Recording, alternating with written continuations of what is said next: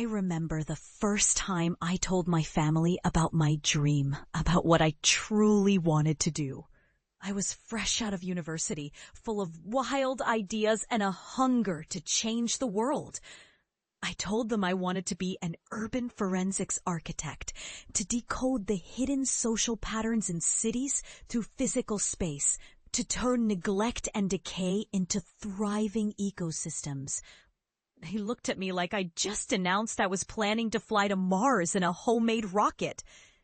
My mother's eyes narrowed. My father shook his head. My siblings chuckled, dismissing it as some bizarre obsession. "You're wasting your time," my brother said, leaning back. "That's just some fancy, unrealistic dream. Nobody's going to take you seriously, and you're just embarrassing us with this nonsense." My mother clutched her rosary, whispering, "That's not a real career. It's a joke." They told me I'd fail, that I was naive, that I should stick to something practical, like a stable job, like everyone else in the family. I felt my chest tighten, a mixture of shame and determination. But I kept my silence, swallowing the words, burying the doubts they planted deep inside me. Years passed. I poured everything into my work, often isolated, often misunderstood. I was dismissed at every turn by firms that called my ideas unrealistic, by colleagues who mocked my obsession with decoding social patterns through physical space. I was mocked, yes, but I persisted. I studied city data, mapped out patterns of neglect and inequality hidden between concrete and steel. I was called paranoid, obsessed, eccentric, but I knew I was onto something. Slowly, my work began to turn heads, not in the conventional world of architecture, but in a quiet, unassuming realm.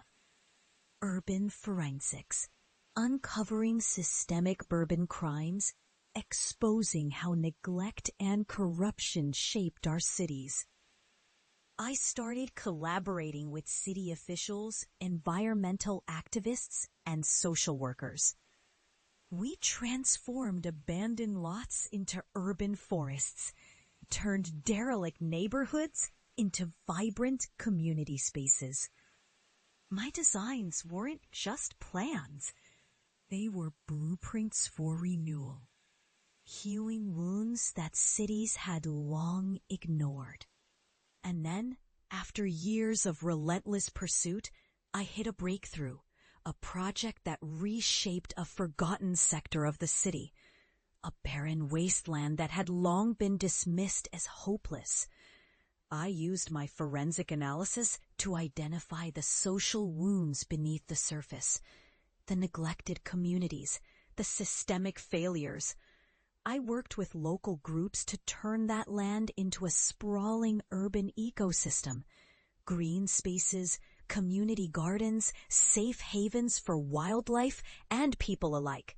It was a miracle, proof that my vision wasn't just fantasy.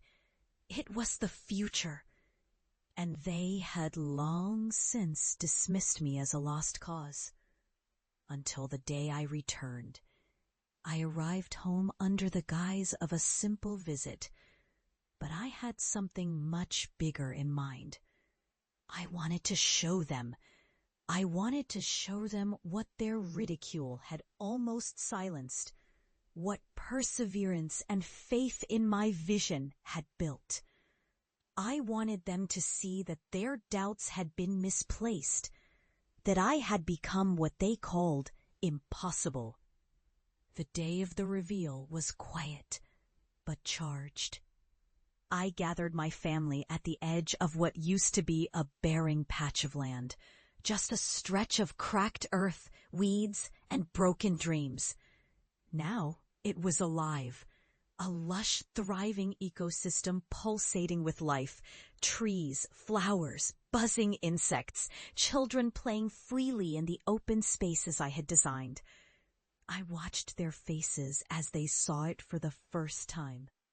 Their expressions shifted from skepticism to shock, then to awe.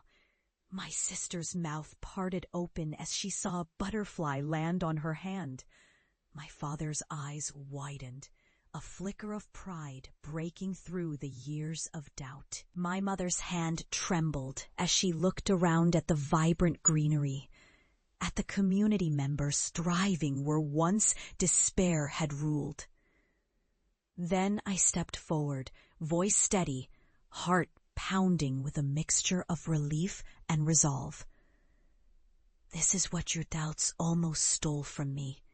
This is what perseverance can create when you believe in something beyond what others see as unrealistic. I wanted you to see what I've built, not just in concrete and green, but in hope, in resilience, in the power of a vision that refused to die. There was silence. For a moment, I thought they might dismiss it still, deny the significance. But then my mother looked at me, tears shining in her eyes, and whispered, "We were wrong, son. We didn't see what you saw. We didn't believe in your dreams. But you proved us wrong. You proved everyone wrong." That moment, that raw, unfiltered acknowledgement hit me harder than any accolade or success ever could. It was the weight of years of skepticism, of accusations of foolishness, melting away in the face of undeniable proof. I had turned their doubts into the very foundation of my achievement. As I stood there looking around at what I had created, I realized something profound. The greatest failure in life isn't rejection or mockery. It's giving up on your own dreams because others say they're impossible. That's what kept me going through every dark night, every setback, every dismissive comment.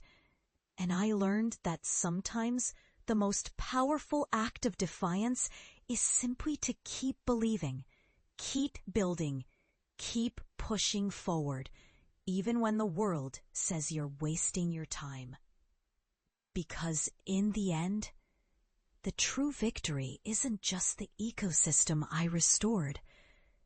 It's the transformation of my own soul and the lesson I could finally share, that no one can define your future but you. So I leave you with this. Never let the noise of others drown out your voice. Never let their doubts drown your dreams, because sometimes all it takes is one moment, one act of faith to turn a barren land into a lush testament to resilience. And when that moment comes, you'll realize that the greatest success is not just what you've built, but what you've become.